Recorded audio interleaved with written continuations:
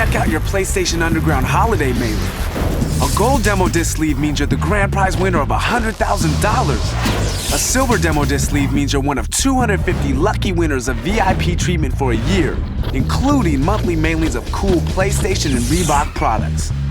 A blue demo disc sleeve means you're one of 500 winners of a PlayStation 2-pack, including a game, t-shirt, and other cool stuff. So, did you win?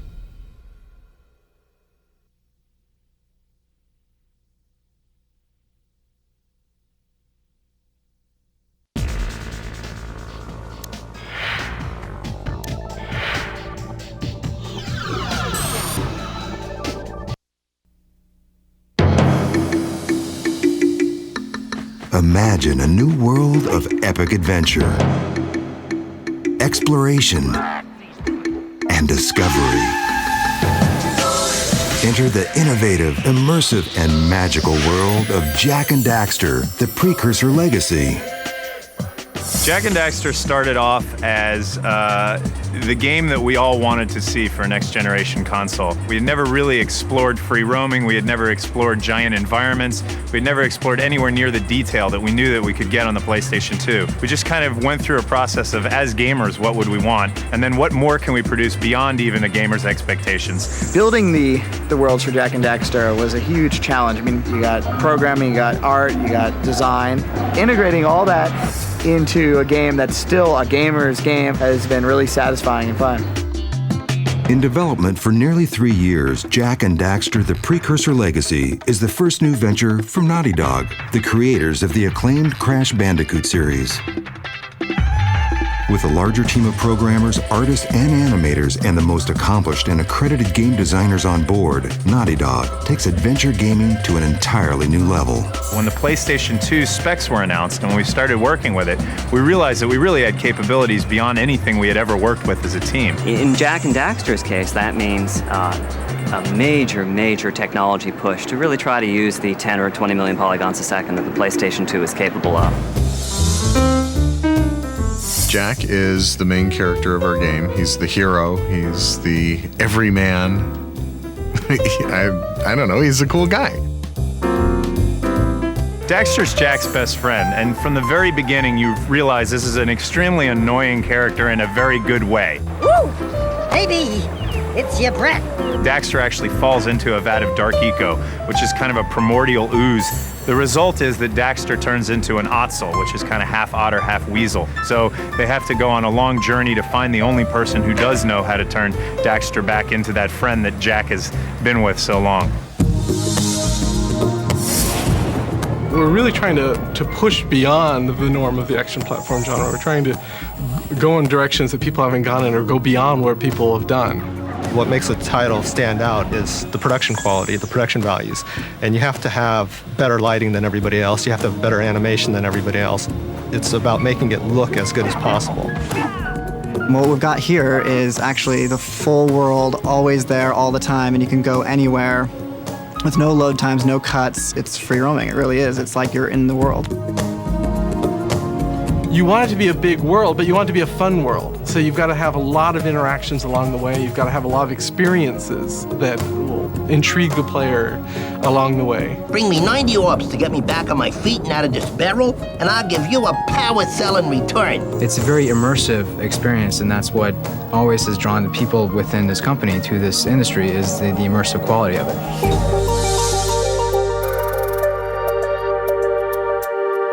Animation has always been a big part of Naughty Dog games, so we created this system for Jak and Daxter which blends animation frames and creates new animation frames in order to lend the characters real fluidity and smoothness. His run can go right into a kick, and there's no pop or click, and it just is seamlessly smooth. We're looking for impact that couldn't possibly be achieved through conventional means like motion capture. We want to see the character jump and stretch to twice his height, or if he's punching, we want to see that fist be twice as big as it normally is.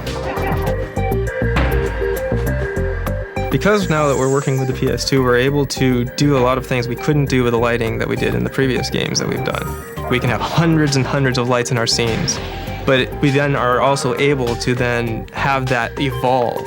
Now we've actually achieved what we always wanted to do, which is having the stages, the backgrounds cycle through a real time of day. If you stick around the village for about 24 minutes, you would see that you would go from sunrise to afternoon to sunset to night, and we also threw in an extra green sun to give us a green sunrise.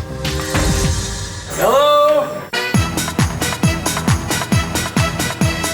Over the 15 or so years that Naughty Dog's been making games, we've really learned that fun sells. Rule number 1, I don't date animals. You don't know what you're missing.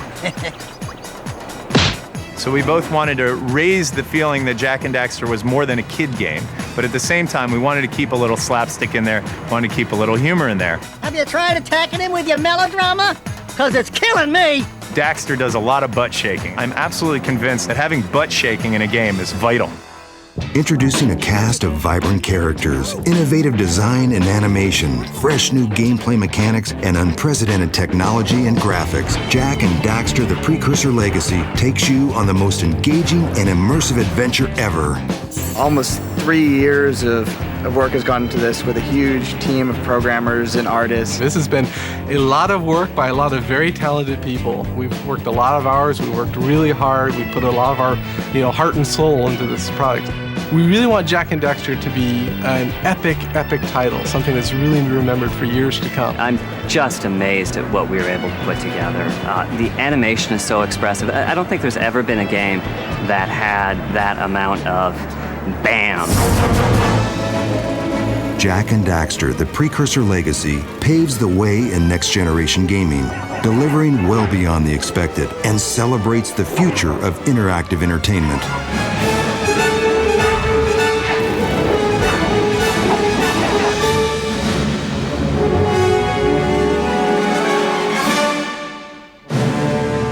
You know what they say about people with big ears.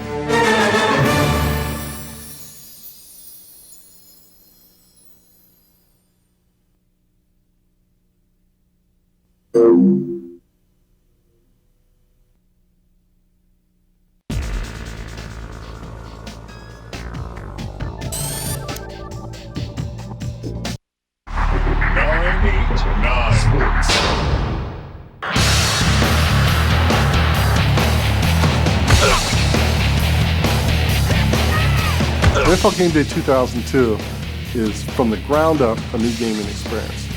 It's got the best graphics. It's most technically advanced. This game is the best game that's ever been made.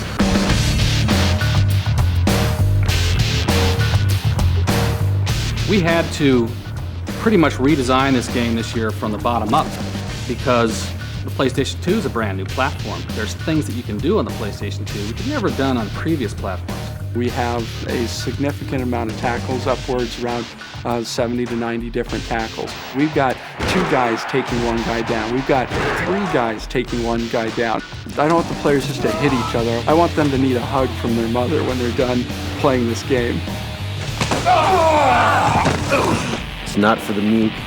Well, we are NFL Game Day, which means the NFL is a big part of it. We brought in experts from the NFL to show us, hey, how do you capture an NFL game? Where do you place the camera? What kind of camera cuts do you do in what situations? Everything is modeled exactly, the finest detail, just like the real NFL. You're going to see, when the guy throws a ball, he's going to hold the ball, he's going to throw it, and his hand's going to open. And there are literally hundreds, if not thousands, of those kind of details that add up to the total game experience. Our goal is to have someone walk in the room and look at the TV and say, hey, what game are you watching? I say, I'm not watching the game, I'm playing Game Day.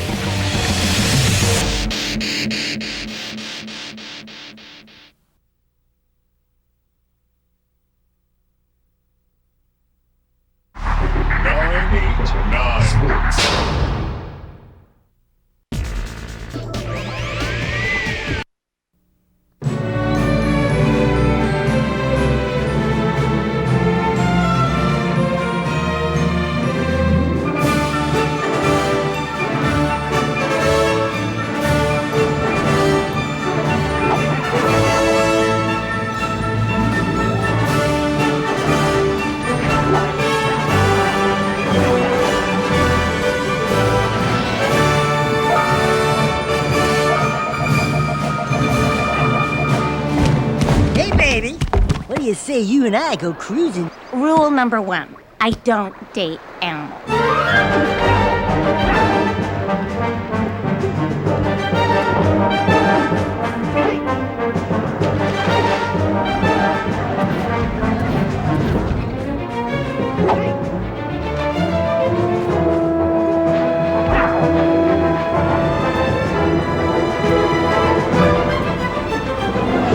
Oh, my aching head. Walk it off, tough guy!